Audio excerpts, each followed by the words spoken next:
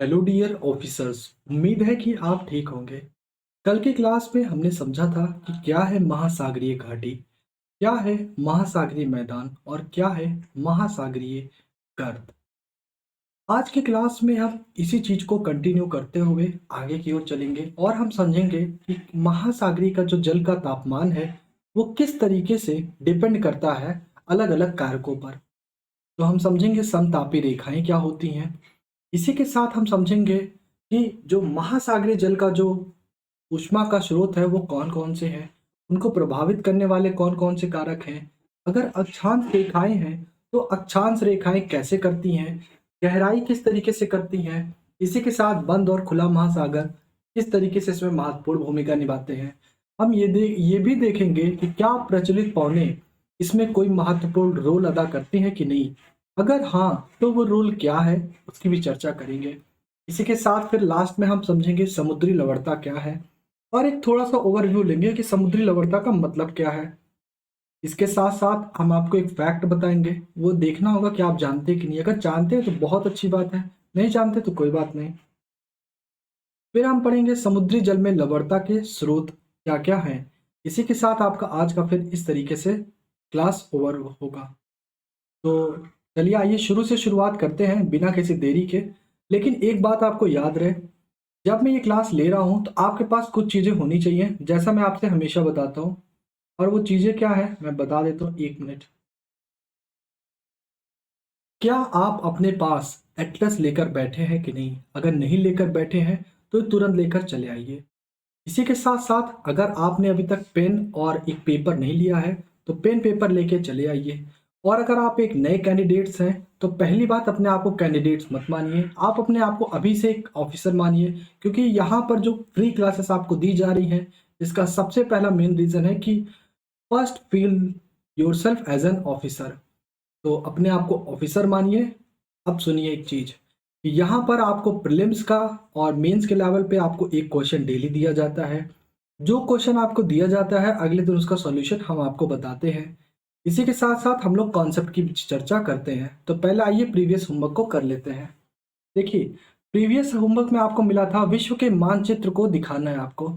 पहला है आपका मेरियाना गर्त, जिसे हम मेरियाना ट्रेंच के नाम से भी जानते हैं, जो आपको फिलीपींस ट्रेंच के आसपास यानी कि लगभग यहाँ कहीं मिल जाएगा आपको मेरियाना गर्त। तो हम इसको डाल लेते हैं ए।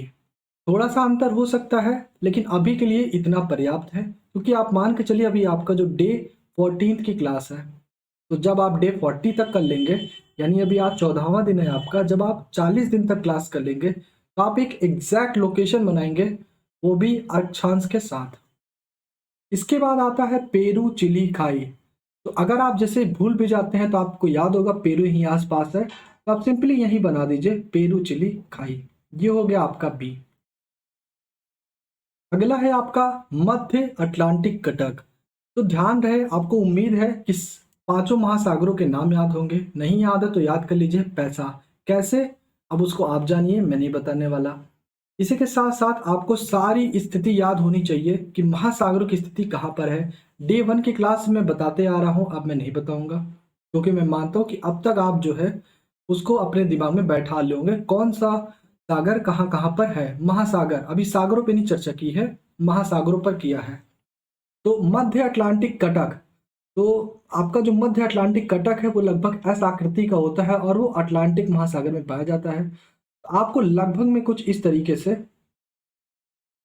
एस बना लेना है, ठीक है। लगभग में एस आपको बनाना है, कोई ज़रूरी नहीं है कि आप एग्जैक्ट ही बनाइए। तो ये आपका हो जाएगा मध्य अटलांटिक कटक। इसको थोड़ा सा ऐसे कर दीजिए क्योंकि ग्रीनलैंड से होकर के आता है। इसी के बाद आपका जो अगला प्रश्न है वो है हिंद कटक कहाँ पर है। तो जब भी आप हिंद कटक को दर्शाइए तो आपको याद होना चाहिए, एक होता है इसका मध्यक, यानी कि एक होता है केंद्र। अगला होता है इसका, तीन पार्ट में होते हैं ये। अगला होता है इसका पश्चिम दक्षिण, वेट करिए, पश्चिम पश्चिम दक्षिण हिंद कटक, पश्चिम दक्षिण हिंद कटक। इसी के साथ जैसे पश्चिम दक्षिण हो गया, इसी के साथ इसका होता है फिर पूर्वी दक्षिण, हिंद, कटक। तो हमें इन तीनों को दिखाना रहेगा। कभी भी आपसे एग्जाम में पूछे हिंद कटक तो आप कोशिश करिए कि ये तीनों को दिखाइए। चलिए, तो मध्य का आपका जो केंद्र मिलता है, यानी कि जो केंद्र वाला हिंद कटक होता है, वो आपको लगभग जो आपका भारत है, भारत के जस्ट नीचे के करीब आपको मिल जाता है। इसको आप दिखा लीजिए। मान लीजिए ये है आपका प्रश्न, ये D1, ये प्रश्न है आपका D2 और ये प्रश्न है आपका D3। तो ये हो गया आपका D1। अब क्योंकि पश्चिम दक्षिण है, पश्चिम दक्षिण मतलब समझ रहे हैं, पश्चिम में आपको जाना है, पश्चिम आपका इस तरफ है। यहां पर देखते रहा करिए मानचित्र में, अदरवाइज आप समझ नहीं पाएंगे। इसके बाद आपको पश्चिम दक्षिण, दक्षिण में और हिंद कटक, तो आपका लगभग लगभग ये यहाँ पर है। ठीक है, तो ये हो गया आपका D2। इसी के बाद है पूर्वी दक्षिण हिंद कटक, तो ये यहाँ से लगभग ये हो गया आपका D3। तो इस तरीके से आपने हिंद कटक के बारे में समझा। अब आगे आते हैं आज के क्लास पे। ये था आपका पुराना होमवर्क। अब हमें समझना है महासागरीय जल का तापमान। तो देखिए, महासागरीय जल के तापमान की हम बात करें तो आपको पता है कि महासागरीय जल का मतलब क्या होता है। ऐसा जल जो महासागरों में पाया जाए। जहां महासागर का तात्पर्य सागरों से भी लिया जाता है। ये बात मैं लिखूंगा नहीं, ये बात मैं ओरल बता देता हूँ। इसके बाद आता है कि तापमान। आ गया, एक मिनट।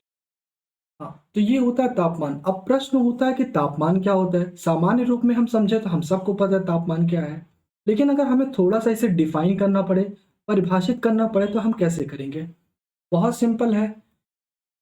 यदि आपको कोई चीज बताए कि वो कितना ठंडा है या फिर वो कितना कितना गर्म है, वो कितना गर्म है, तो उसी को हम बोलते हैं तापमान।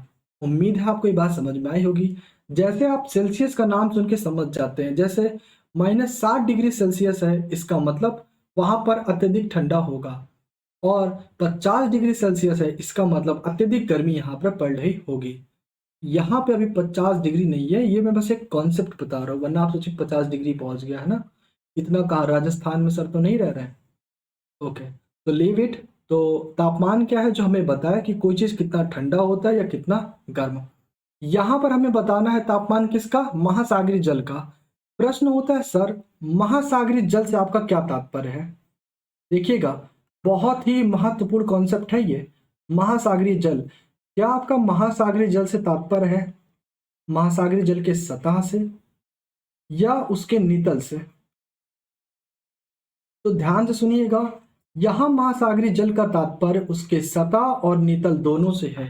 कई बार ये प्रश्न ऐसे पूछ लिया जाता है इंटरव्यू में कि आप जो महासागरीय जल का तापमान बताते हैं, उसमें महासागरीय जल का जो तापमान है, ये महासागरीय जल किसको संदर्भित करता है। ये महासागरीय जल सतह को संदर्भित करता है या नितल को। उम्मीद है सतह और नितल आपको याद होगा। जैसे मान लीजिए ये है महासागर, ठीक है, ये उसका यहाँ पर मान लीजिए जैसे एक गर्त है, ठीक है, जिससे आपको क्लियर हो जाए साफ साफ। और ये है इसका ऊपरी वाला सतह, और ये हो गया आपका इसका नितल। तो जहां हम बात कर रहे हैं यहाँ पर हम महासागरीय जल का तापमान, हम ऊपर से लेकर के पूरा नीचे तक की बात कर रहे हैं। तो ये प्रश्न आपके लिए बहुत ही महत्वपूर्ण है। उम्मीद है आपको इतनी बात समझ में आई होगी। अगर आ गई है और आप लाइव देख रहे हैं तो लाइव चैट में यस सर या नो सर जरूर बताइएगा। इससे हमें पता चलता है कि आप पढ़ रहे हैं या नहीं। और आपके साथ एक टीम मेंबर लगे हुए हैं, तो आप रिप्लाई करेंगे या आपको कोई डाउट होगा आप उनसे कहिएगा, वो आपको तुरंत बताएंगे। जो उन्हें नहीं समझ में आएगा वो प्रश्न मेरे तक रिफर कर दिया जाएगा, और उसे मैं संडे की क्लास में आपको डाउट सेशन में बता दूंगा। चलिए, अब इसके आगे की चर्चा करते हैं। ध्यान से देखिएगा, एक मिनट, ध्यान से देखिएगा। आपको पता है कि ये है हमारा पृथ्वी, ठीक है, और यहाँ पर होता है 0 डिग्री लगभग में। ये है आपका 0 डिग्री, इसको गोल थोड़ा मानिए, ठीक है। यहाँ पर है आपका 0 डिग्री। आपको पता है जो सन से किरणें आती हैं, वेट करिए, जो सूर्य से किरणें आती हैं, वो इसको 0 डिग्री को क्या बोलते हैं, विषुवत रेखा, याद है ना। विषुवत रेखा। और विषुवत रेखा पर क्या होती है, प्रकाश की किरणें, सूर्य के प्रकाश की किरणें क्या करती हैं, प्रकाश की किरणें क्या पड़ती हैं, सीधे पड़ती हैं, सीधे पड़ती हैं। ये चीज मैंने आपको पहले भी बताया है। और जब हम बात करें ध्रुवों की तरफ जब हम जाते हैं, जब हम ध्रुव की तरफ जाते हैं तो प्रकाश की जो किरण है वो कैसी पड़ती है, तिरछी। जब ये तिरछी प्रकाश की किरणें पड़ती हैं तो ऐसी स्थिति में यहाँ पर, एक मिनट रुकिएगा, आपको आई थिंक हथौड़े की आवाज सुनाई दे रही होगी। बगल में घर बन रहा है, ये 7वीं बार मैं वीडियो बना रहा हूँ, बार बार कट करके। 2 मिनट वेट करिए। ओके। चलिए शुरू करते हैं फिर से। मुझे उम्मीद है जैसे मैं अभी पढ़ाना शुरू करूंगा, ये देखिए फिर शुरू हो गया। आई होप आपको अगर ये वॉइस ना सुनाई दी तो ज़्यादा अच्छा है, वरना जो है आपको दिक्कत होगी। चलिए वेट करिए। तो ये हो गया 0 डिग्री, यानी इससे हमें एक चीज समझ में आया कि ध्रुव पर क्या होगा, जो प्रकाश होगा वो कम पड़ेगा, यानी ध्रुव पे क्या होगा, ठंडक। ये बात आपको पहले से पता है। और विषुवत रेखा के आसपास क्या होगा, गर्माहट। उम्मीद है आपको इतनी बात समझ में आई होगी। अगर समझ में आ गई तो लाइव चैट में बोलिए यस और नो। 1 मिनट रुकिएगा। तो ये था आपका महासागरीय जल के तापमान में, कि तापमान हम किसका लेते हैं महासागरीय जल में। और ये था एक कॉन्सेप्ट जो मैं आपको बताना चाह रहा था। प्रश्न उठता है कि सर आपने ये कॉन्सेप्ट हमें क्यों बताया, तो आइए चलिए देख लेते हैं ये कॉन्सेप्ट हमने क्यों बताया। हमें समझना है समतापी रेखाएं। क्या समझना है, समतापी रेखाएं। तो प्रश्न आता है कि समतापी रेखाएं क्या होती हैं। देखिए, अगर शब्दों को तोड़े तो सम का मतलब हो गया समान, और तापी का मतलब हो गया यहाँ पे तापमान से। यानी कि जब हम बात करें महासागरीय, महासागर और महाद्वीप के, तो जब वहां पर जो तापमान है वो समान बिंदुओं के पाए जाते हैं, तो ऐसे बिंदुओं को मिलाने पर जो आपकी रेखा तैयार होती है उसी को हम बोलते हैं समतापी रेखी। जैसे मान लीजिए ये है आपका मान लीजिए साउथ अमेरिका। ये क्या है आपका साउथ अमेरिका। और यहाँ पर आपको पता है महासागर है, तो यहाँ से एक क्या आ रही है, ऐसे समझिए ये है बिंदु ए। यहाँ पर हमने देखा कि यहाँ पर जो तापमान है वो 20 डिग्री सेल्सियस है। बिंदु बी, यहाँ पर देखा यहाँ भी तापमान 20 डिग्री सेल्सियस है। बिंदु सी पर भी 20 डिग्री है, तो मैं अब लिखूंगा नहीं सब जगह। ऐसे ही बिंदु डी पर आपको 20 डिग्री देखने को मिलता है। और फिर इस तरीके से आपको ई पर भी 20 डिग्री देखने को मिलता है, और फिर एफ पे भी आपको 20 डिग्री देखने को मिलता है। अब जो हमारा प्रश्न है तो ये है, जो आप देख रहे हैं इस लाइन को, इसी को हम बोलते हैं समतापी रेखा। इसी को क्या बोलते हैं, समतापी रेखा। प्रश्न है समतापी रेखा क्यों बोलेंगे, क्योंकि देखिए सारे बिंदुओं पर तापमान क्या है, समान। और हमने क्या खींचा है, एक काल्पनिक रेखा। हमने क्या खींचा है, एक काल्पनिक रेखा। याद रहे ये रेखा वास्तव में सागरों और महासागरों और जो है महाद्वीपों पर होती नहीं है। हम इसको तापमान के आधार पर एक कल्पना मान के खींच लेते हैं इसे समझने के लिए। इसे हम क्या बोलते हैं, समतापी रेखा। अगर हमें परिभाषित करना हो तो हम कैसे परिभाषित करेंगे, हम कहेंगे कि यदि समान तापमान वाले बिंदु को एक काल्पनिक रेखा द्वारा प्रदर्शित किया जाए तो ऐसी रेखा को हम समतापी रेखाएं कहते हैं। अगर आपको लिखना है तो आप इसे लिख लीजिएगा। वीडियो को थोड़ा स्लो कर लीजिएगा अगर आप इसको दोबारा देखना चाह रहे हैं, या फिर आप एक बार सुनिएगा और फिर इसे लिख लीजिएगा अपने नोट्स में। मैं वैसे कहूँगा कि आप इसे मत लिखिएगा, खुद से जो है डेफिनेशन बनाने की कोशिश करिएगा, क्योंकि जो आप खुद से डेफिनेशन बनाते हैं उसमें आपकी, मैं फिर से बता देता हूँ, पहले नंबर पे आपकी फीलिंग जुड़ी होती है, और दूसरा वो आपके इमोशंस होते हैं वहाँ पर। तो अगर आपके फीलिंग और इमोशन जुड़े हैं तो आपको नोट्स में कभी कोई चीज़ याद करने की ज़रूरत नहीं पड़ती। जैसे आप नोट्स को पलटते हैं सब याद आ जाता है। ठीक है।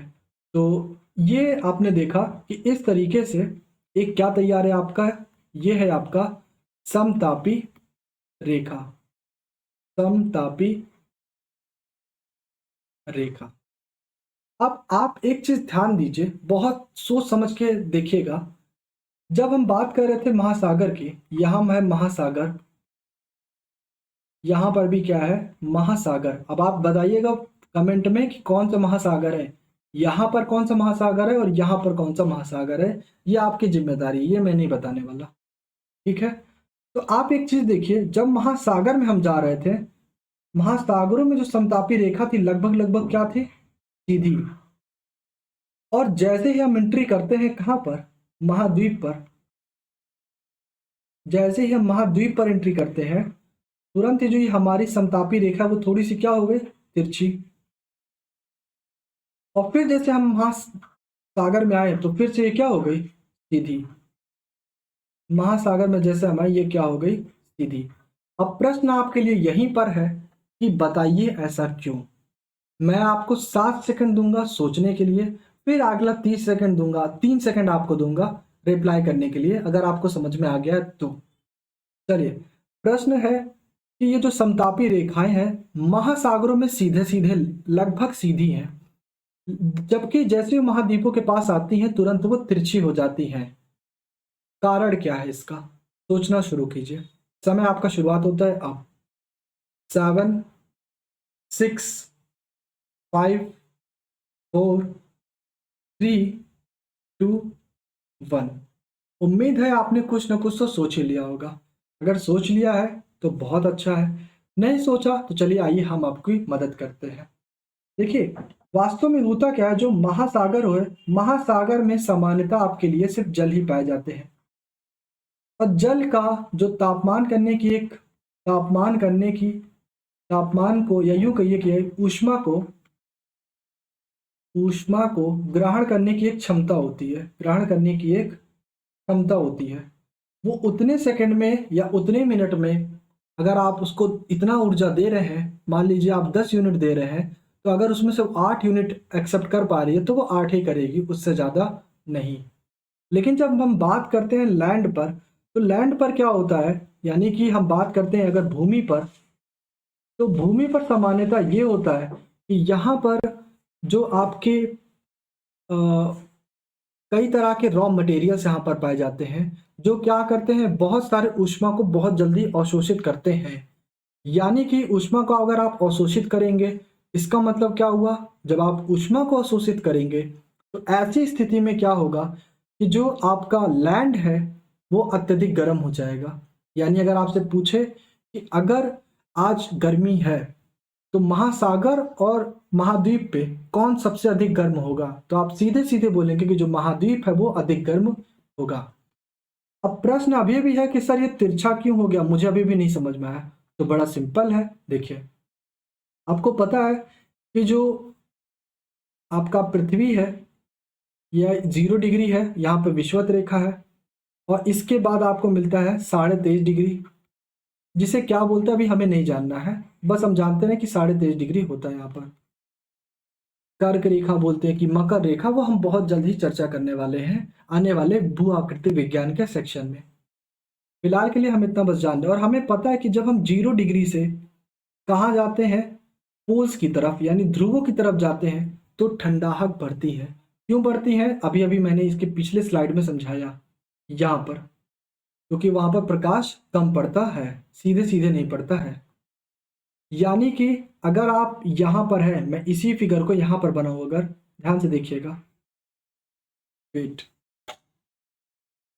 ओके, अगर मान लीजिए मैं कुछ ऐसे बना दूं यहाँ पर लगभग में, तो देखिए अगर यहाँ पर 20 डिग्री था, ध्यान से समझिएगा, अगर यहाँ 20 डिग्री है, कहाँ पर, महासागर में, तो यहाँ पे 20 डिग्री नहीं होगा, यहाँ पर हो जाएगा 21 डिग्री। यानी कि आप अगर वही लैंड पे देखेंगे तो लैंड पे 21 है, और जबकि महासागरों पर 20 है। लेकिन समतापी रेखाएं क्या है, समान तापमान वाले बिंदु को मिलाती हैं।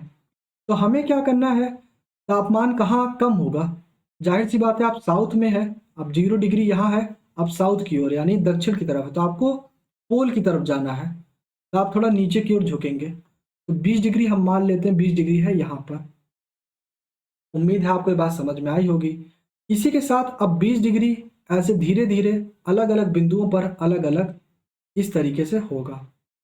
क्यों होगा? क्योंकि हमें ध्रुव के तरफ जाना है। क्यों? क्योंकि यहाँ पर 21 डिग्री है, हो सकता है यहाँ पर 22 डिग्री हो सकता है फिर से 21 डिग्री हो। ये डिपेंड करता है कि वहाँ की जो भूमि है वो किस तरह की है, क्योंकि अलग अलग भूमि अलग अलग उनमें अवशोषण क्षमता होती है सूर्य के प्रकाश को ग्रहण करने की, यानी ऊष्मा को ग्रहण करने की। तो जो 20 डिग्री है अब हमें नीचे मिलेगा। क्यों मिलेगा नीचे? क्योंकि यहाँ पर प्रकाश की जो किरण है, सूर्य के प्रकाश की किरण, वो सीधे सीधे नहीं जा रही है, अपेक्षाकृत। यानी कि जब हम इन बिंदुओं को मिलाएंगे तो ये क्या बन जाएंगी? तिरछी रेखा। इसी की वजह से जो आपका ये आप देख पा रहे हैं समतापी रेखाएं, ये महाद्वीपों पर आकर के तिरछी हो जाती है। उम्मीद है आपको बात समझ में आई होगी।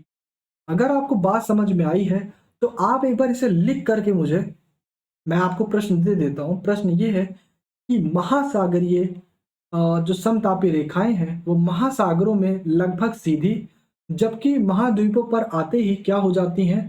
काफी तिरछी हो जाती हैं। ऐसा क्यों? या इसकी विवेचना कीजिए। ये क्वेश्चन मैंने आपको दिया है, आप इंस्टाग्राम हैंडल पर इसे मुझे जरूर भेजिएगा, मैं उसका जो है अवलोकन करूंगा।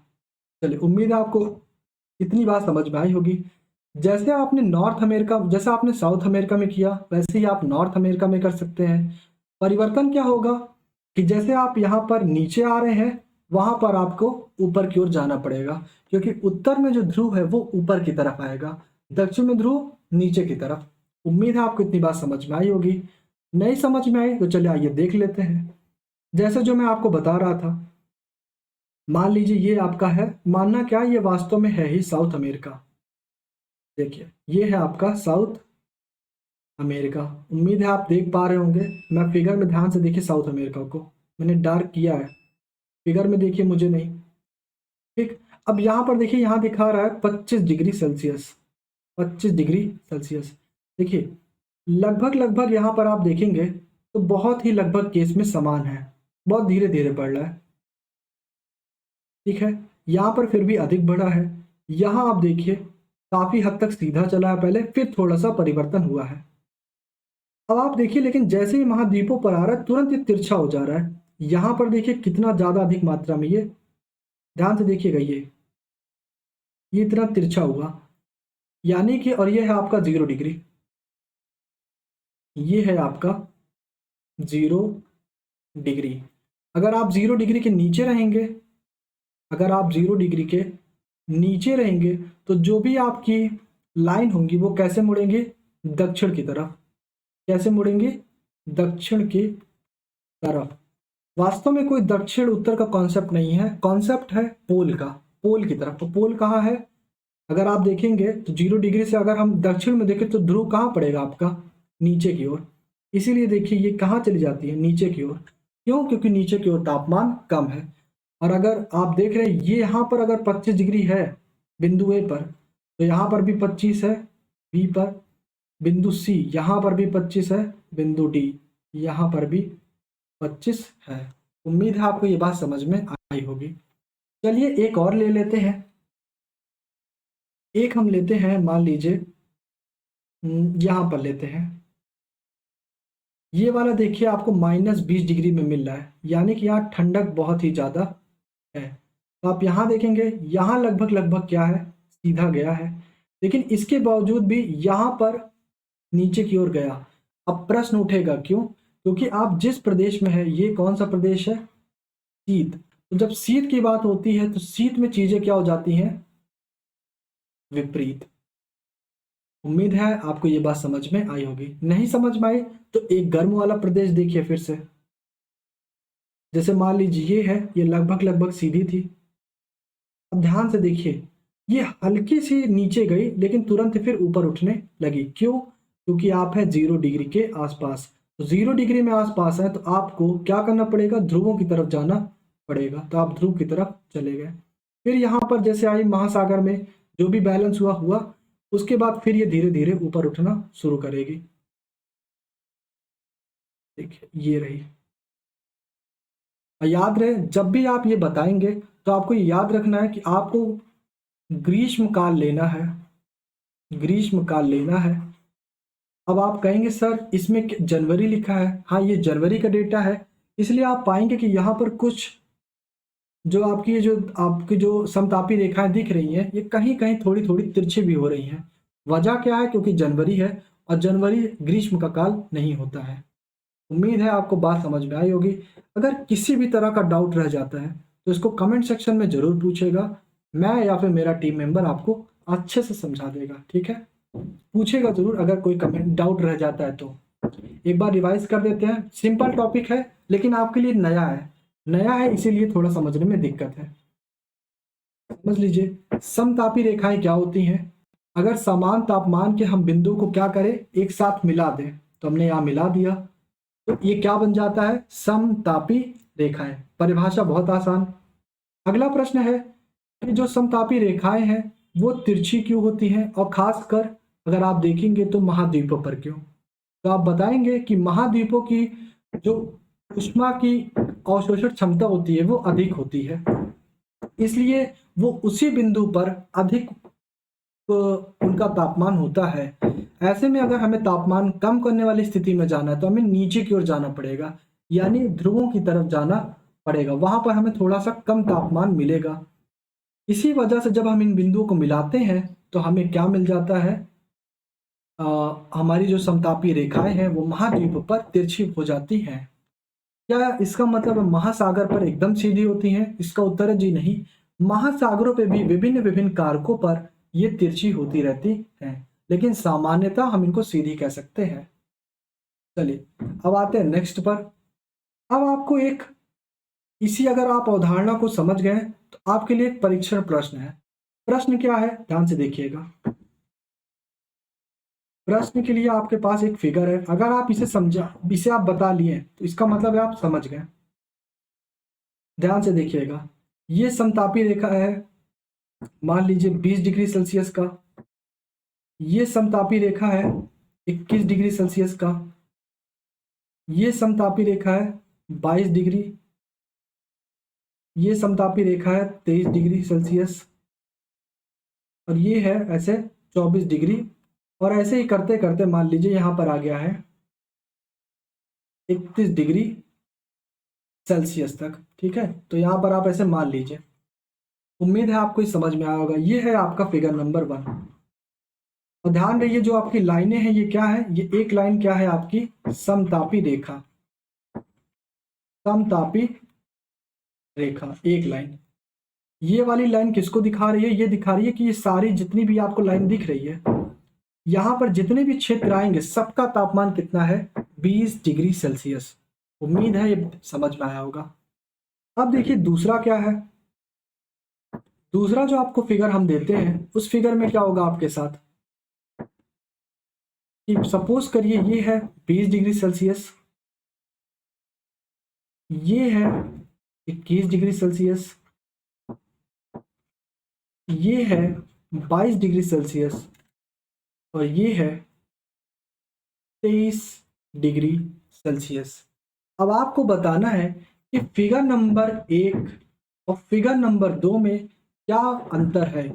दोनों ही समतापी रेखाएं हैं। ये भी क्या है? एक समतापी रेखा है। ये भी समतापी रेखा है और ये भी समतापी रेखा है। देखने में अगर केवल परिवर्तन देखें तो हमको मिल रहा है इनके बीच की दूरी का, इनके बीच की दूरी का। अब आपको समय दिया जाता है 7 सेकंड का, और आप 7 सेकंड में बताइए कि वास्तव में इन दोनों में क्या अंतर है। आपका समय शुरुआत होता है अब। 7, 6, 5, 4, 3, 2 और समय समाप्त। देखिए बड़ा ही इजी था। समतापी में अगर आप देखेंगे, जब तापमान क्या है, जो समतापी रेखाएं हैं उनकी जो रेखाएं हैं वो क्या है? पास पास है। अगर रेखा क्या है? पास पास। अगर रेखा क्या है? पास पास। इसका मतलब क्या हुआ? तापमान बहुत जल्दी परिवर्तित हो रहा है। तापमान बहुत जल्दी परिवर्तित बहुत जल्दी परिवर्तित हो रहा है। तापमान बहुत जल्दी परिवर्तित हो रहा है। बड़ा इजी कॉन्सेप्ट है। अगर आप यहाँ देखिए तो यहाँ पर है 20 डिग्री सेल्सियस और फिर अगले थोड़ी दूर पे है 21 डिग्री सेल्सियस। इसका मतलब है कि जितना ये जो क्षेत्र है यहाँ पर लगभग लगभग जो तापमान है वो क्या है, समान है इस वाले क्षेत्र में, जिसको मैंने हल्का सा कलर टाइप का कर दिया है। यहाँ पर जो यहाँ पर जो आपका तापमान है वो लगभग में क्या है, समान। यानी कि आप कह सकते हैं कि इस वाले फिगर में रेखाएं क्या है, रेखाएं क्या है, दूर दूर है, दूर दूर है। दूर दूर है से क्या मतलब है, दूर दूर से इसका मतलब है कि जो आपका तापमान परिवर्तन है, तापमान परिवर्तन वो क्या है, बहुत ही मंद है, बहुत ही मंद है। यानी तापमान परिवर्तित हो रहा है क्षेत्रों में लेकिन बहुत ही स्लोली स्लोली। इससे क्या सीखने को मिलता है, इससे यूपीएससी में जो प्रीलिम्स में है, वेट करिएगा कहाँ गया, यूपीएससी के प्रीलिम्स में इससे यहाँ एक प्रश्न पूछता है कि ये बताइए अगर आपको ये दो फिगर दे दिए जाते हैं, मतलब ऐसे प्रश्न पूछने की संभावना रहती है, तो बताइए किसमें तापमान प्रवणता अधिक है और किसमें तापमान प्रवणता कम है। देखिए प्रवणता वहां अधिक होती है जहां पर चीजें बहुत जल्दी जल्दी क्या होने लगे, परिवर्तित होने लगे। तो आप कहेंगे कि जो आपका पहला फिगर है, ये जो आप पहला फिगर देख रहे हैं, क्योंकि इसमें तापमान बहुत तेजी तेजी परिवर्तित हो रहा है, यानी कि इसका जो तापमान प्रवणता है, तापमान प्रवणता या आप कहिए इसकी जो ढाल है वो क्या है, बहुत तेज है। और जबकि हम बात करें फिगर 2 वाले पे, तो इसके जो तापमान प्रवणता है, इसके जो तापमान प्रवणता है वो क्या है, अत्यधिक धीमी है। अत्यधिक धीमी और तेज का क्या मतलब है, एक दूसरे के अपेक्षा में। उम्मीद है आपको इतनी बात समझ में आई होगी। अगर आप ये बात समझ गए तो अगर आपको 3 फिगर भी दे दे और पूछे कि बताइए इन तीनों में क्या अंतर है, तो आप आसानी से जवाब दे सकते हैं। अब मैं क्या करूंगा कि बीच बीच में इस तरह के आपके लिए प्रश्न भी लेकर आऊंगा कॉन्सेप्ट में, जिससे आप चीजें समझ पाए कि प्री और मेंस में किस तरीके के प्रश्न अब इंटरमीडिएट लेवल पर पूछे जा रहे हैं। याद रहे मैंने बोला है कि आपको इजी वाला भी कराया जाएगा और इंटरमीडिएट भी, एडवांस तो एकदम लास्ट में चलेगा। तो अभी ये है इंटरमीडिएट क्वेश्चन, और आप मेरा ये यकीन मान सकते हैं कि जब आप 11 अगस्त तक आप ये क्लास फिनिश कर लेंगे, तब तक आप समुद्र विज्ञान से लगभग लगभग 80% क्वेश्चन प्रीलिम्स के सॉल्व कर लेंगे और 50 से 60% प्रश्न आप जो है मेंस के सॉल्व करने में यो अपने आप को योग्य पाएंगे। प्रश्न है कि सर इतना ही क्यों, क्योंकि बाकी सारी चीज़ें आप अनुभव के साथ सीखते रहेंगे। अनुभव वो घर के बगल वाला नहीं, अनुभव जो एक्सपीरियंस होता है वो। ठीक है, चलिए आगे बात करते हैं। महासागरीय जल का ऊष्मा के स्रोत। अब प्रश्न ये उठता है कि जो महासागर का जल है उसको ऊष्मा कहाँ से मिलता होगा। बात भी सही है। अगर आप ध्यान से देखिए तो मान लीजिए ये है आपका तट, और मंग तट वगैरह को रहने देते हैं, अभी बस ऐसे समझ लेते हैं कि यहाँ पर क्या है, जल ही जल है महासागर का। ये है महासागर या सागर, आप जो भी कह लीजिए थोड़ी देर के लिए। इसको ऊष्मा कौन देता होगा, आपको ये बात तो समझ में आ गई कि ये गर्म होता है और ठंडी जलधारा होती है, याद है ना, गर्म जलधारा और ठंडी जलधारा है। प्रश्न उठता है कि इसको जो ऊष्मा है वो कौन दे रहा है, ये गर्म क्यों हो रही है, ठंडी क्यों हो रही है। तो उम्मीद है आप में से मेरे ये टॉपिक बताने से पहले आपने समझ लिया होगा, जो सबसे बड़ा जो कारण है वो है सूर्य, यानी कि सूर्य का प्रकाश। सूर्य का प्रकाश कहाँ अधिक होगा कहाँ कम होगा, ये चीज मैंने आपको इससे पहले भी बताई और महासागरीय जलधाराओं में भी बताई थी। बहुत सिंपल है, ध्रुव की तरफ कम पड़ेगी और विषुवत रेखा पर सीधी पड़ेगी, यानी कि वहां पर तापमान ज्यादा होगा। अगला है, आपको सोचना है कि महासागरीय जल को और कहाँ से ऊष्मा प्राप्त हो सकती है। देखिए ये तो इसका मेजर है, ये इसका मेजर सेक्टर है, मतलब ज्यादा से ज्यादा जो इसको ऊष्मा की प्राप्ति होगी वो सूर्य के प्रकाश से होगी। लेकिन क्या कुछ और भी कारक है, अब क्योंकि आप पढ़ चुके हैं तो आपको याद भी होगा। याद करिए जो महासागरीय जलधाराएं हैं वो हमेशा परिसंचरण करती रहती हैं। यानी जो महासागर है, महासागर में जो पानी है यानी जो जल है, वो कभी एक जगह टिकता नहीं है, यानी वो चलता रहता है। यानी कि आप कह सकते हैं कि महासागर में जो जल का क्या होता है, जल का जल की गति से, जल की गति से क्या उत्पन्न होता है, आपका ऊर्जा। वो ऊर्जा किसमें होता है, वो ऊर्जा होता है आपका ऊष्मा के रूप में। और इसी के साथ आप कहेंगे कि जल की गति के साथ साथ ऊर्जा होता है, और इसी के साथ साथ जल में कई बार क्या होता है, एक दूसरे के साथ कॉन्ट्राडिक्टरी सिचुएशन बन जाती है। यानी एक जलधारा इधर बह रही है तो दूसरी जलधारा इधर बहेगी। लाइव चैट में बताइए इसका एग्जाम्पल मैंने कहाँ बताया था। हिंट है 0 डिग्री। आपको समय देता हूँ 3 सेकंड का। 3, 2, 1। उम्मीद है आपने नाम बताया होगा। अगर समय थोड़ा ज़्यादा भी हो जाए तब भी आप नाम बता दीजिए, जिससे आप पता चल जाए कि आप पढ़ रहे हैं। तो फिलहाल के लिए जल की गति से क्या होता है, ऊर्जा उत्पन्न होती है। और कई बार क्या होता है कि इन दोनों में घर्षण उत्पन्न हो जाता है। तो कई बार घर्षण से भी क्या उत्पन्न होता है, ऊष्मा। घर्षण अगर आप नहीं समझ पा रहे हैं तो घर्षण यूं होता है कि अगर कोई एक चीज दूसरी चीज से रगड़ खा रही है तो वहां पर हम बोलते हैं कि घर्षण है। जैसे कि अगर आप इन दोनों हाथ को ऐसे रगड़िए, आप देखेंगे कि इसमें क्या आ जाएगा, ऊष्मा आ जाएगा। आप कहेंगे सर आप ऐसा भी होता है क्या, तो आप याद कीजिए ठंडी के महीने। ठंडी के महीने में आप क्या करते हैं, ऐसे ऐसे रगड़ते हैं और फिर अपना जो है हाथ को गर्म करते हैं। उम्मीद है आपको ये सारी चीजें अब याद आ रही होंगी धीरे धीरे। चलिए अब आते हैं तीसरा। क्योंकि हमने घर्षण की बात की तो एक बात और क्यों ना कर लेते हैं। देखिए जो पौने होती हैं, पौने भी क्या करती हैं, महासागरों की सतहों पर घर्षण करते हुए आगे की ओर चलती हैं। यानी कि एक और स्रोत है, पवनों के पवनों के पवनों के घर्षण से भी क्या उत्पन्न होता है, ऊष्मा। उम्मीद है ये बात आपको समझ में आई होगी। अब आपको चौथा और अंतिम कारक बताना है और ये आपको सोचना है कि बताइए महासागर के नितल में ऐसा कुछ है जो ऊष्मा को बढ़ा सकता है। आपको समय मिलता है 4 सेकंड का, सोचिए और रिप्लाई करिए डायरेक्ट। 4, 3, 2, 1। तो उत्तर है हाँ। क्या है वो, महासागरीय कटक। महासागरीय कटक। आपको याद है ना यहाँ से क्या होती है, कई जगह पर ज्वालामुखी लावा फूटती रहती हैं, लावा निकलती है, तो वो भी अपने साथ गर्माहट लेकर आती हैं, जो महासागर के नितल को क्या कर देती हैं, गर्म कर देती हैं।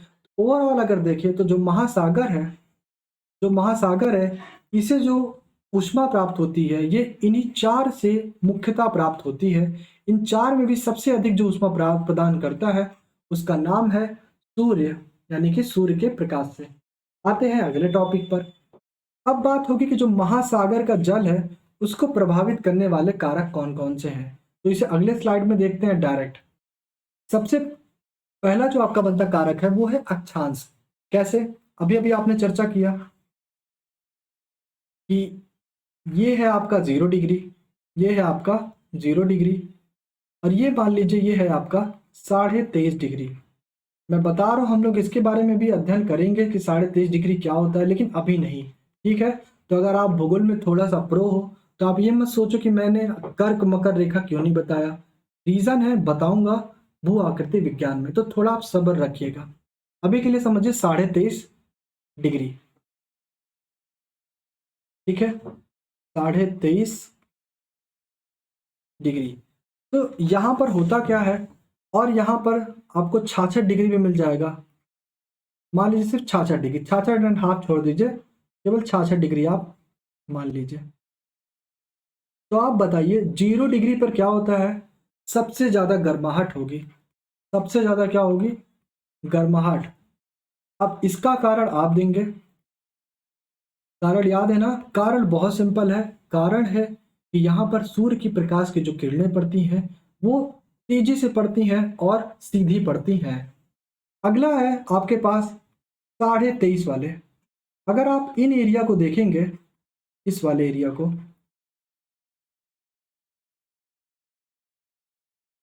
जिसको मैंने रेड से कलर कर दिया है, तो यहाँ पर भी सूर्य का जो प्रकाश पहुँचेगा, लेकिन यहाँ पर 0 डिग्री के मुकाबले थोड़ा कम मात्रा में पहुँचेगा।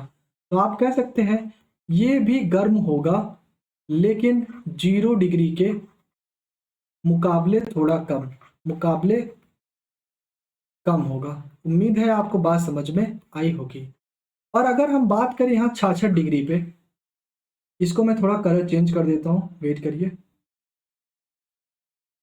ये देखिए ये वाला सेक्शन जो आपका कवर हो रहा है। अगर हम बात करें 66 वाले डिग्री के आसपास, तो यहाँ पर तो जो आपको तापमान मिलेगा वो बहुत ही कम मिलेगा, यानी कि यहाँ पर आपका तापमान जो है वो क्या होगा, कम। तापमान कम होगा यानी यहाँ पर गर्माहट मिलेगी नहीं, यहाँ मिलेगी आपको ठंडक। उम्मीद है आपको ये बात भी समझ में आई होगी। तो अगर आपसे कभी कोई पूछे कि महासागरीय जल का तापमान किस पर निर्भर करता है, तो आप सीधे सीधे बताएंगे कि महासागरीय जल का तापमान अक्षांश पर निर्भर करता है। अगर आप 0 डिग्री के ऊपर या 0 डिग्री के नीचे यानी नॉर्थ या साउथ में जाते हैं, तो वहां पर आपका जो महासागर का जल है उसका तापमान धीरे धीरे कम होते जाएगा। उम्मीद है आपको ये बात समझ में आई होगी। और इसका उदाहरण आपने कई बार जो है जलधाराओं में बात की है, जैसे ब्राजील की जलधारा, जैसे ओयोशियो और क्यूरोशियो की जलधारा, पेरू की जलधारा। वहां पर हमने काफी चर्चा की थी कि कौन सी गर्म है और कौन सी ठंडी। अगर आप रिवाइज करना चाहते हैं तो आप एक मैप ले लीजिएगा और मैप में फिर से बताइएगा कौन सी ठंडी और कौन सी गर्म जलधाराएं हैं। चलिए अब आते हैं आगे। अब प्रश्न उठता है कि सर एक बात बताइए, गहराई के माध्यम से अगर हम बात करें तो महासागर के जल में तापमान में क्या अंतर होगा। तो सपोज करिए, मान लीजिए ये है आपके पास कंटेनर, क्या है कंटेनर, और अगर आप यहां ध्यान देंगे तो यहां पर अगर आप सतह पे बात करें तो पहले ऊपर तो होता है सूर्य, ऊपर क्या होता है आपके पास सूर्य, और ये है सतह, ये क्या है सतह। मानते हैं ये पानी है, लेकिन हम मान लेते हैं अभी के लिए ये क्या है, जल की सतह है। जल की सतह पर क्या होगा, सूर्य का जो प्रकाश है वो सीधे सीधे पड़ेगा, और जल की सतह पर अगर सूर्य का प्रकाश सीधे सीधे पड़ेगा तो यहाँ की जो जल है, मान लीजिए लगभग लगभग इतनी मोटी परत, मान लीजिए इतनी मोटी परत, ये क्या करेंगी, ऊष्मा का क्या कर लेंगी अपने अंदर अवशोषण, ऊष्मा का क्या करेंगी अवशोषण। अवशोषण का मतलब क्या होता है, अपने अंदर ग्रहण कर लेंगी। अगर ये ऊष्मा का अवशोषण करेंगे तो ये क्या हो जाएंगे, गर्म। ये क्या हो जाएंगे, गर्म। इतना सेक्शन आपका क्या हो जाएगा, गर्म। वहीं अगर हम बात करें नितल की, तो नितल तक जो सूर्य का प्रकाश है वो पहुंचेगा ही नहीं, और अगर सूर्य का प्रकाश नितल तक पहुंचेगा नहीं तो इसका मतलब क्या हो जाएगा, यहां पर जो प्रकाश होगा, सॉरी यहां पर जो आपका जल होगा वो अपेक्षाकृत क्या होगा, अपेक्षाकृत अपेक्षाकृत कम गर्म होगा। उम्मीद है आपको ये बात भी इजी इजी वे में समझ में आ गई। तो लाइव चैट में बोलिए यस। अगर किसी के मन में एक कॉन्सेप्ट चल रहा होगा, अगर सच में चला, अपने मन से चला तो बहुत अच्छा चला वो कॉन्सेप्ट, कि सर एक बात बताइए कि नीतल पे तो कटक भी तो होते हैं, और कटक कई बार जो है लावा वगैरह भी छोड़ते रहते हैं, ज्वालामुखी का नीचे उद्भेदन भी होता है, तो क्या वहां पर ऊष्मा अधिक मात्रा में नहीं होगी। तो आपने जो सोचा है, पहले इसके लिए मैं आपको बोलता हूँ बहुत अच्छा, आपने अगर ये सोचा है तो आप बहुत अच्छी पढ़ाई कर रहे हैं, क्योंकि यही चीज़ चाहिए। यूपीएससी यही काम करता है, जहां आप सोचना बंद कर देते हैं वहीं से पूछता है। अगर आपने ये सोचा, इसका मतलब आप यूपीएससी के लायक धीरे धीरे बन रहे हैं। नहीं सोचा तो सोचने की एबिलिटी आप अपने अंदर लाने की कोशिश करिए। चलिए तो इसका भी जवाब सुन लीजिए कि पर्टिकुलर टाइम तक यहाँ पर क्या होता है, गर्माहट होती है आसपास के क्षेत्रों में, लेकिन थोड़ी ही देर में ये जो गर्माहट है कूल हो जाती है अपने आप, क्योंकि यहाँ पर कई तरह की जो जलधाराएं हैं वो आती रहती हैं, और यहाँ पर जो जल होती हैं काफ़ी क्या मात्रा में क्या होती हैं, ठंडी होती हैं। इसीलिए ये क्या करती हैं, इसका शीतलीकरण कर देती हैं।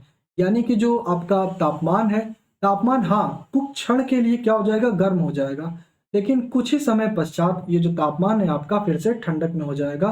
तो आप कहेंगे कि गहराई बढ़ने के साथ साथ गहराई बढ़ने के साथ साथ बढ़ने के साथ साथ तापमान में, ये लाइन आपको बोलना है और आपको लिखना भी है, तापमान में घटोत्तरी होती है।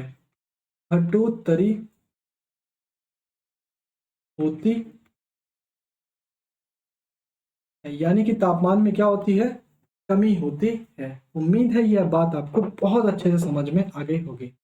अगर समझ में आ गई तो लाइव चैट में बोलिए यस, नहीं समझ में आई तो फिर से पूछेगा, पर्टिकुलर किस पॉइंट पर आपको डाउट है वो पूछेगा। और अगर आपको अभी भी कहीं ना कहीं जो है समतापीय रेखीय में कंफ्यूजन है तो उसको भी पूछेगा, हम उसको भी चर्चा करेंगे।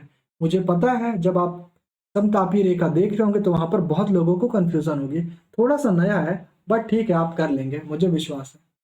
चलिए अब बात करते हैं एक फिगर के माध्यम से।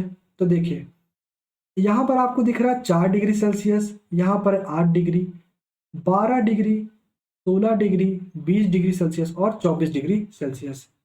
इसका मतलब ये है कि अगर हम इसे मान लें पूर्व दिशा और इसे मान लें पश्चिम दिशा, एक सेकंड के लिए अगर आप मान लीजिए ये है आपका पूर्व दिशा और ये है आपका पश्चिम दिशा, तो अगर आप पूर्व से पश्चिम जाएंगे तो आपका तापमान क्या हो रहा है, तापमान क्या हो रहा है, घट रहा है।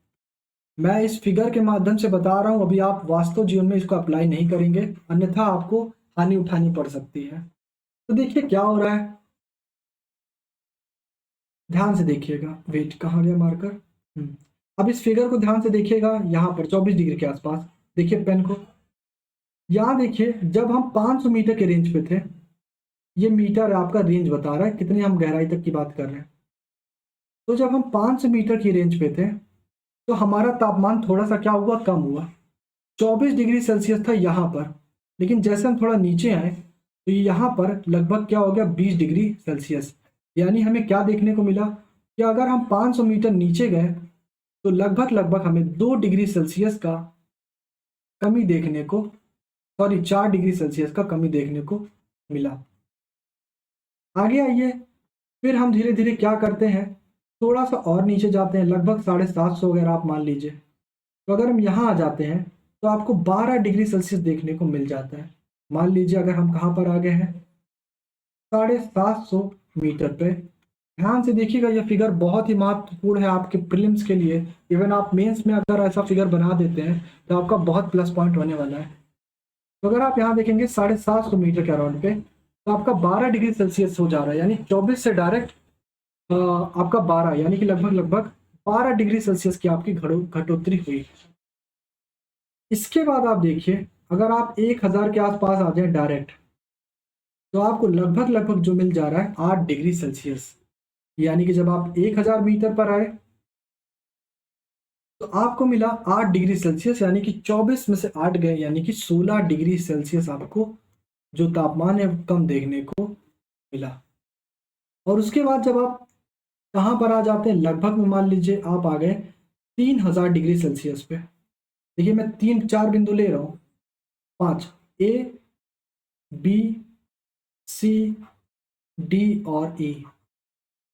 अगर आप ध्यान से समझेंगे तो आपको समझ में आ जाएगा, नहीं समझ में आएगा तो वीडियो को बड़े आराम से करके देखिएगा। एक बार ये वाले कॉन्सेप्ट को समतापी रेखाओं को एक बार जरूर समझिएगा, क्योंकि पूरे महासागरीय जल के तापमान में यही दो इंपॉर्टेंट है। तो हम बात कर रहे थे बी की, सी और डी और ई। ई पर देखिए हम कितनी दूरी, कितनी गहराई में आ गए, 3000 मीटर गहराई में। तो अभी हम बात करें 3000 पे। अब देखिए जो तापमान है लगभग 4 डिग्री सेल्सियस पहुंच चुका है, यहाँ पर 4 डिग्री सेल्सियस पहुंच चुका है। और हम कहाँ पर थे, 24 से, यानी कि लगभग लगभग आपका 20 डिग्री सेल्सियस घट चुका है। और इसके बाद फिर धीरे धीरे इस तरीके से घटता चला जा रहा है। इससे क्या देखने को मिला हमें, इससे इस ग्राफ ने हमको ये सिखाया कि जो आपका तापमान है वो क्या है, गहराई के साथ धीरे धीरे क्या होता है, कम होते जाता है। अगर गहराई आप बढ़ाएंगे तो तापमान क्या हो जाएगा, डायरेक्ट कम होने लगेगा, यानी कि गहराई बढ़ाने पर तापमान कम होते जाता है। लेकिन एक चीज आप देखें यहाँ पर, आप यहाँ देखेंगे तो अब हम यहाँ गहराई बढ़ा रहे हैं, तापमान बहुत धीरे धीरे कम हो रहा है। लेकिन जब शुरुआत में हम गहराई बढ़ा रहे थे तो तापमान बहुत तेजी से घट रहा था। कुछ नोटिस किया आपने? ध्यान से समझिए कि जो लाइन मैं बोल रहा हूँ बहुत महत्वपूर्ण है। शुरुआत में अगर हम देखें, यहाँ लिख देता हूँ, शुरुआत में क्या हो रहा था कि जब हमने क्या की, गहराई बढ़ाई, गहराई हमने क्या की, बढ़ाई, ताप तापमान क्या हुआ, तेजी से घटा, तेजी से घटा। लेकिन बाद में गहराई बढ़ रही है, गहराई बढ़ाई, फिर से हमने गहराई बढ़ाई। देखिए 3000 के बाद हम फिर से क्या कर रहे हैं, गहराई को बढ़ा रहे हैं। लेकिन देखिए यहाँ पर 0 डिग्री सेल्सियस भी है यहाँ पे लगभग। अब देखिए अब तापमान 3000 से हम कहाँ पहुँच गए, 7000 पे। तब भी जा करके अभी भी हमारा 0 डिग्री पर हम नहीं पहुँच पाए हैं। इसका मतलब क्या है, पहले आपका जो तापमान था बहुत तेज तेज कम हो रहा था, लेकिन 3000 क्रॉस करने के बाद जो आप गहराई बढ़ाते रहिए, तापमान क्या होगा, धीमे धीमे घटेगा। इसको आप साफ साफ लिख लीजिएगा, मैं तो यहाँ पर ऐसे लिख दे रहा हूँ, लेकिन आप साफ साफ लिख लीजिएगा।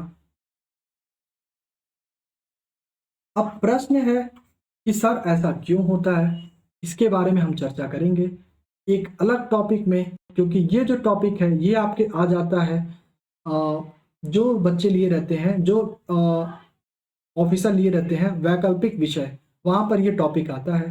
लेकिन यहाँ पर अभी के लिए आपको एक चीज़ याद रख लेना है, संक्रमण क्षेत्र कहीं लिख लीजिएगा बगल में जगह छोड़ करके, कम से कम इसके लिए आप 5 लाइन छोड़ दीजिएगा, संक्रमण क्षेत्र। आपके मन में प्रश्न होगा सर ये क्यों छुड़वा रहे हैं, क्योंकि जब आपको मैं थोड़ा सा बता दूंगा भू आकृति विज्ञान में और प्लेट टेक्टोनिक सिद्धांत, फिर मैं आपको बताऊंगा कि ये संक्रमण क्षेत्र क्या होता है और इसका क्या प्रभाव है अन्य अन्य चीज़ों पर। तो संक्रमण क्षेत्र डाल करके आप रखे रहिएगा अपने नोट्स में। उम्मीद है आपको यहाँ तक बात समझ में आई होगी। ये फिगर दिखाने का क्या तात्पर्य था, पहला तात्पर्य था कि देखिए गहराई बढ़ने से क्या होती है, तापमान में कमी होती है। दूसरा जो तात्पर्य था वो ये दिखाना था कि देखिए शुरुआत में जब गहराई घटाते हैं, गहराई बढ़ाते हैं हम, तापमान बहुत तेजी से क्या होता है, कम होता है। लेकिन बाद में फिर हम तापमान गहराई बढ़ाते रहे, तापमान बहुत धीरे धीरे कम होता है। अगर आप ये लाइन समझ पाए, इसका मतलब आप सही ट्रैक पे चल रहे हैं। नहीं समझ पाए, वीडियो को फिर से रिवाइंड करिएगा और देखिएगा कहाँ पर समझ में नहीं आया। अगर फिर भी ना आए तो आप कमेंट में जरूर पूछिएगा। चलिए अब बात करते हैं बंद और खुले सागर की। तो क्योंकि पहले हम बंद सागर की बात करें और खुले सागर की, आप मुझे बंद सागर का एक क्या बताइए उदाहरण। याद कीजिए मैंने डे 1 डे 2 की क्लास में बताया था कि कौन से बंद सागर होते हैं, कौन से खुले सागर। मैं आपको टाइम देता हूँ, वेट। और एक आप बताइए खुले सागर का उदाहरण। इसको मैं नहीं बताने वाला, ठीक है। मेरा मानना है हमेशा कि दोनों तरफ से कार्रवाई हो, आधा आधा आप करें आधा हम मेहनत करें, तभी जा करके आप सक्सेस हो पाएंगे। चलिए, तो बंद सागर कौन कौन से होते हैं, एक सागर का नाम बता दीजिए, हिंट है आपके लिए, सी। इंग्लिश में सी और हिंदी में का, ठीक है, वो कै भी हो जाता है। आपको 3 सेकंड का समय मिलता है, आपको लाइव चैट में अगर आप देख रहे हैं तो बताइए 3 सेकंड के अंदर।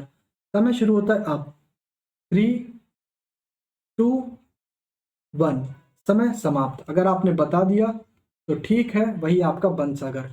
अगला है आपका खुला सागर। खुले सागर के लिए भी आपको समय मिलता है 3 सेकंड का, 3, 2 और 1, और आपका समय समाप्त। अगर आपने बता लिया तो बहुत अच्छा। तो देखिए एक्चुअली में होता क्या है, बंद सागर की हम बात करें तो बंद सागर क्या होता है, जैसे मान लीजिए ये है क्या आपका सागर।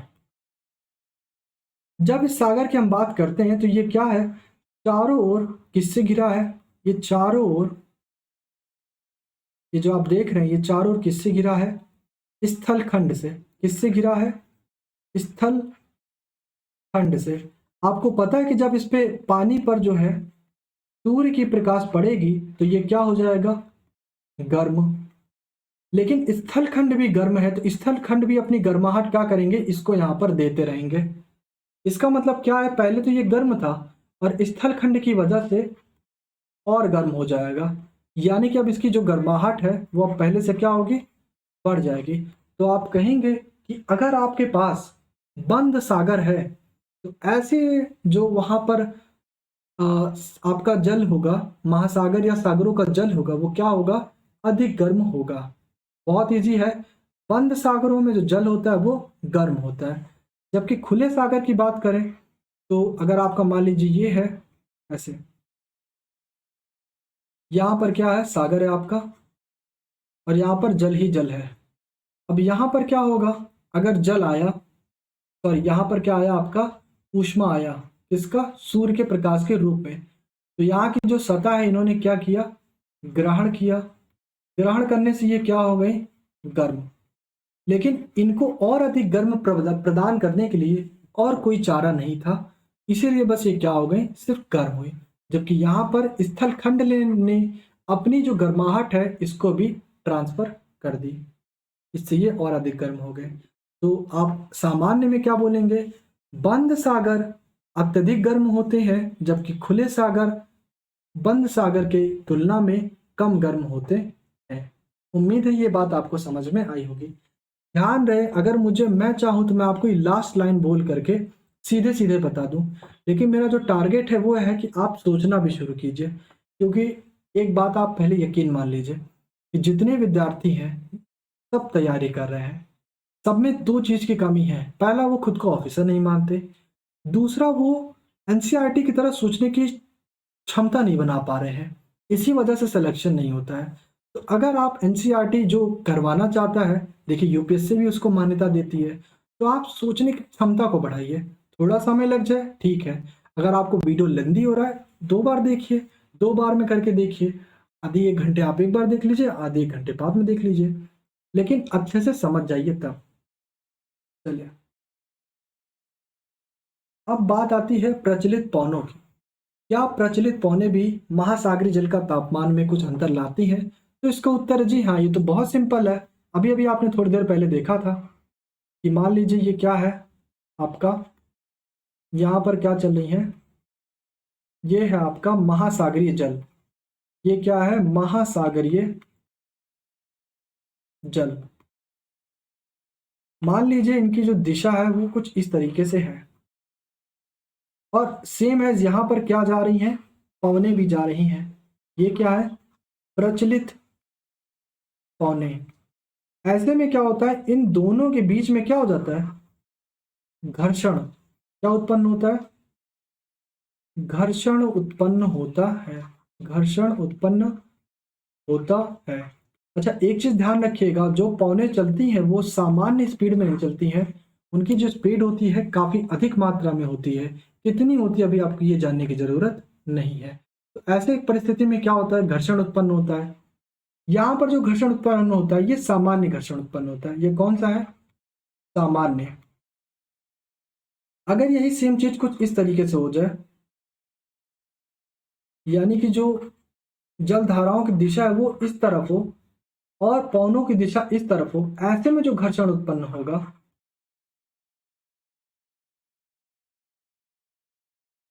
ये अधिक होगा। अब प्रश्न है आपका, सर घर्षण से क्या तात्पर्य है। आपको पता है, मैंने अभी थोड़ी देर पहले बताया कि अगर आप दो चीजों को रगड़ेंगे, ऐसी परिस्थिति में क्या होता है, हीट जनरेट होती है, यानी कि गर्माहट पैदा होती है। इसका मतलब आप कह सकते हैं कि जहां प्रचलित पौने चलेंगी वहां महासागरीय जल का जो तापमान है वो क्या होगा, अधिक होगा। इसके उदाहरण मैं नहीं बताने वाला, उदाहरण आपको सबको पता है। शुरुआत से मैं पढ़ा रहा हूँ कौन कौन सी महासागरीय जलधाराओं में कौन कौन से जो है आपके पास प्रचलित पौने वाले जो है जलधाराएं थी, कौन कौन से वहां पर सागर और महासागर थे। तो इसका जो उदाहरण है वो आप ही देंगे। इसके उदाहरण के लिए मैं आपकी कोई मदद नहीं करूंगा। हाँ, इतनी मदद करूंगा कि आप बुक से देख सकते हैं, या फिर अगर आपने अपनी नोट्स नहीं बनाई है तो पहले नोट्स बना लीजिए और नोट्स में आपने जो लिखा है वहाँ से आप मदद लीजिए। चलिए, और अगर ऐसी होगी परिस्थिति तो यहाँ पर क्या होगा, गर्माहट पहले के मुकाबले और अधिक होगा। गर्माहट पहले के मुकाबले और अधिक होगा, और अधिक होगा। उम्मीद है आपको ये बात समझ में आ गई होगी। अगर आ गई है तो बहुत अच्छी बात, नहीं आई तो पूछेगा कहाँ पर। तो हमने समझा कि महासागरीय जो जल का तापमान है वो 4 कारकों पर सामान्यतः डिपेंड करता है। पहला है अक्षांश, दूसरा है गहराई, तीसरा है आपका बंद सागर और खुले सागर, और चौथा आपका प्रचलित पौने। कहीं कहीं पर आपको जो है ठंडी जलधाराएं और गर्म जलधाराओं का भी कॉन्सेप्ट दे दिया रहता है कि ये भी प्रभावित करती हैं। देखिए, जब आप अक्षांश की बात करते हैं तो वहीं पर क्लियर हो जाता है कि किस तरह की जलधाराएं बनेंगी, तो आपको अलग से पढ़ने की ज़रूरत नहीं है। गर्म जलधाराएं और महासागरीय ठंडी जलधाराएं, क्योंकि जहाँ 0 डिग्री के आसपास गर्म जलधाराएं बनती हैं तो जाहिर सी बात है वहीं पर भी जो है आपका क्या होगा, जल का तापमान भी गर्म होगा। तो कुछ बुक्स में ऐसा दिया हुआ है, अगर आप वो बुक्स फॉलो करें तो पढ़ लीजिएगा, लेकिन इसको अलग से लिखने का कोई मतलब नहीं है। फिर भी अगर आपको अपने नोट्स को थोड़ा बेहतरीन बनाना है तो आप लिख सकते हैं, क्योंकि यहाँ पर 2 बार एक चीज़ आएगा तो इसलिए मैं रिवीजन उसको नहीं करूँगा। अब बात आती है समुद्री लवणता की। देखिए, हमने महासागरीय जो तापमान है उसको फिनिश कर लिया है। अब हम समुद्री लवणता के बारे में थोड़ा सा ओवरव्यू लेंगे, बाकी पूरी चीज़ हम इसके कल के क्लास में रखेंगे, क्योंकि मुझे पता है आपके लिए अभी बहुत ज़्यादा हो गया होगा। बट कोई बात नहीं, आप एक फ्यूचर ऑफिसर हैं, आईएएस ऑफिसर हैं, आईपीएस ऑफिसर हैं, आईएफएस हैं, ये आप डिसाइड करिए। बट आप हैं और आप ये विश्वास मानिए, ठीक। आपके अंदर एबिलिटी होनी चाहिए पेशेंस की, आपके अंदर एबिलिटी होनी चाहिए बैठने की। समझ पा रहे हैं? तो बैठिए। अगर आप फिर भी अभी तक थक थक गए हैं, हो सकता है 7 बज गए होंगे या 7 से ऊपर, तो अब आप एक काम करिए, पहले एक गिलास पानी पी आइए, वीडियो को यहीं पॉज कर दीजिए, पानी पी आइए। अगर चाय बन गया होगा तो चाय पी लीजिए, और चाय पहले से पी ली है तो अब क्या कर सकते हैं, मुझे तो पिला नहीं पाएंगे क्योंकि मैं चाय पीता ही नहीं, है ना। चलिए आगे बात करते हैं समुद्री लवणता पे। वैसे चाय कहाँ से पिलाएंगे, आप तो लाइक ही नहीं कर रहे हैं, चाय तो बहुत दूर की बात है ना। चलिए तो बात करते हैं समुद्री लवणता पे। प्रश्न होता है कि समुद्री लवणता में हम क्या क्या पढ़ेंगे, तो पहले हम इसमें समझेंगे कि समुद्री लवणता का मतलब क्या होता है, यानी इसका तात्पर्य क्या होता है। इसके बाद हम इसमें भी पढ़ेंगे कौन कौन से ऐसे कारक होते हैं जो समुद्री लवणता को बढ़ाते हैं या कम करते हैं। इसके साथ हम ये भी पढ़ेंगे कि जो समुद्री लवणता के स्रोत क्या क्या हैं। जैसे हमने पढ़ा था महासागरीय तापमान, महासागरीय जल का तापमान कहाँ से मिलता है, उसको ऊष्मा कौन कौन से स्रोत हैं। वैसे हम पढ़ेंगे कि समुद्र में आखिरकार लवणता कहाँ से आ गई। अगर आप देखें तो समुद्र भी क्या है, उसमें भी एक जल ही भरा हुआ है, लेकिन वहाँ का जल क्या है, उसमें लवणता है, यानी कि वो खारापन पाया जाता है। प्रश्न उठेगा सर खारापन क्यों पाया जाता है, तो हम देखेंगे कि उसके जो स्रोत हैं, कौन कौन से ऐसे स्रोत हैं जिन्होंने उसको क्या बना दिया, उसमें उसको खारापन दे दिया। इसी के साथ हम पढ़ेंगे लवणता बजट, इसी के साथ हम पढ़ेंगे लवणता बजट, और फिर इसी के बाद हम इसी के बाद जो है 2 क्वेश्चंस भी ऐड करेंगे, जिससे आपको चीज़ें समझ में आएंगी कि हम किस तरीके से, और ये जो क्वेश्चन होंगे ये प्रीलिम्स के होंगे, क्योंकि आपको पता होना चाहिए कि जीएस पेपर 1 में, वेट करिए, आपको पता होना चाहिए कि जीएस पेपर 1 में समुद्री लवणता से कई बार प्रश्न देखने को मिले हैं, यानी आप समुद्री लवणता को आसानी से नहीं छोड़ सकते हैं। बहुत ही महत्वपूर्ण टॉपिक है, तो आइए एक बार समझ लेते हैं। बहुत थोड़ा सा, अब 10-15 मिनट की क्लास होगी तो आपको बस थोड़ा सा और बनाना है तैयार। देखिए, समुद्री लवणता का सामान्यतः मतलब क्या होता है, बड़ा सिंपल है। आपको पता है आपके पास क्या है, समुद्र या फिर महासागरीय, ऐसे बना लीजिए, ये हो गया आपका तट और यहाँ पर है समुद्र। इसका जो पानी होता है, यानी इसका जो जल होता है, पानी कहिए या फिर जल, ये क्या होते हैं, खारा होता है। इसी खारेपन की वजह से हम इसको बोलते हैं कि इसमें क्या पाया जाता है, लवण। क्यों? क्योंकि जो लवण है, लवण जो स्वाद देते हैं वो खारेपन का देते हैं। तो समुद्री लवणता का मतलब है कि ये क्या होते हैं, खारापन होता है। प्रश्न उठेगा सर लवण क्या है? तो देखिए, अगर आप केमिस्ट्री पढ़ते हैं और आप अम्ल, क्षार और लवण पढ़ कर आए हैं तो आप उसे वहीं भूल जाइए, क्योंकि ये ज्योग्राफी है। ज्योग्राफी में हमें इतना डीप में नहीं जानना है कि लवण क्या है, कैसे बनता है, ये सब नहीं जानना है। तो जानना क्या है, हाँ, जानने से पहले एक चीज और देखिए कि जो समुद्री लवणता है, इसमें आप एक चीज देखिए कि समुद्र में जो जल है, उस जल में कितना लवण मिला होगा, कितना जो उसकी लवण है उसमें मिला होगा। लवण को बोलते हैं सॉल्ट, मिला होगा। तो जैसे हमने क्या किया था, तापमान को फ़ारेनहाइट, तापमान को सेल्सियस से, इसी तरीके से हम लवणता को भी किसी न किसी विधि से मापते होंगे। तो इसका भी उत्तर है जी हाँ, मापते हैं। इसको हम बोलते हैं, कहाँ गया, ग्राम प्रति हजार, क्या बोलते हैं, ग्राम प्रति हजार। इसका मतलब क्या है, इसके बारे में हम डिटेल से चर्चा करेंगे कल के क्लास में। और कल के क्लास में हम समझेंगे कि अगर मान लीजिए कि आपके पास क्या है, 1000 ग्राम क्या है, अगर आपके पास क्या है, 1000 ग्राम जल है, तो ऐसी परिस्थिति में उसमें कितना जो है आपका आपका जल होगा। जैसे मान लीजिए 965.6 ग्राम आपका क्या होगा, जल। वैसे ये सारी चीज़ें मुझे कल पढ़ानी है, बट ठीक है, बस जानते रहिए कि 965.6 ग्राम क्या होगा, आपका जल होगा। बाकी जो कंपोनेंट्स होंगे वो आपके लवण होंगे। और इसी के साथ फिर हम पढ़ेंगे कि आपको इसमें एक बहुत इंटरेस्टिंग चीज़ बताई जाएगी, वो क्या है कल की क्लास में देखेंगे। आज की क्लास में ज़्यादा हो जाएगा, इन स्लाइड्स को मैं हटा दूंगा, आपको परेशान नहीं होना है। वेट करिए, मैं हटा ही देता हूँ जिससे आपको कोई दिक्कत ना हो। ये है ना, इसे हम कल कवर करेंगे। तो आपको आज जब ये नोट्स मिलेगी तो नोट्स में आपको ये सारी चीज़ें मैं हटा दूंगा। क्यों? क्योंकि इसकी क्लास हम कल करेंगे। ठीक है, अभी आपको नोट्स में नहीं मिलेंगे। अब आते हैं आज के होमवर्क पे। तो होमवर्क बहुत ज़रूरी सेक्शन है। कल आपने किया था प्री के लेवल का क्वेश्चन, आज आप करेंगे मेंस के लेवल का क्वेश्चन। चलिए, आपको प्रश्न मिलता है,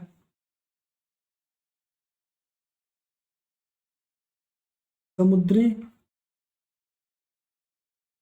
वेट, 1 मिनट रुकिएगा। आपको जो प्रश्न मिल रहा है वो है, समुद्री जल का तापमान किस किस कारक पर, किस किस कारक पर निर्भर करता है, किस किस कारक पर निर्भर करता है। ध्यान रहे, इसके जो आपकी शब्द सीमा है, शब्द सीमा है 150 शब्द की। 150 शब्द आपकी क्या है, सीमा है। 150 शब्द सीमा है, आपको इससे ज़्यादा क्रॉस नहीं करना है। अगर बाई चांस क्रॉस कर जाते हैं 160-70 तक, तब भी चल जाएगा। तो ये है आपका होमवर्क। और अगर आप हमारे वेबसाइट पर भी आना चाहते हैं तो आप आ सकते हैं, IAS.withoutcompromising.com। वहाँ पर आपको इन सब की क्विज मिल जाती है। ये सारे क्लासेस आपको एक साथ पैरेलल में मिल जाते हैं। आज के लिए बस इतना ही, धन्यवाद।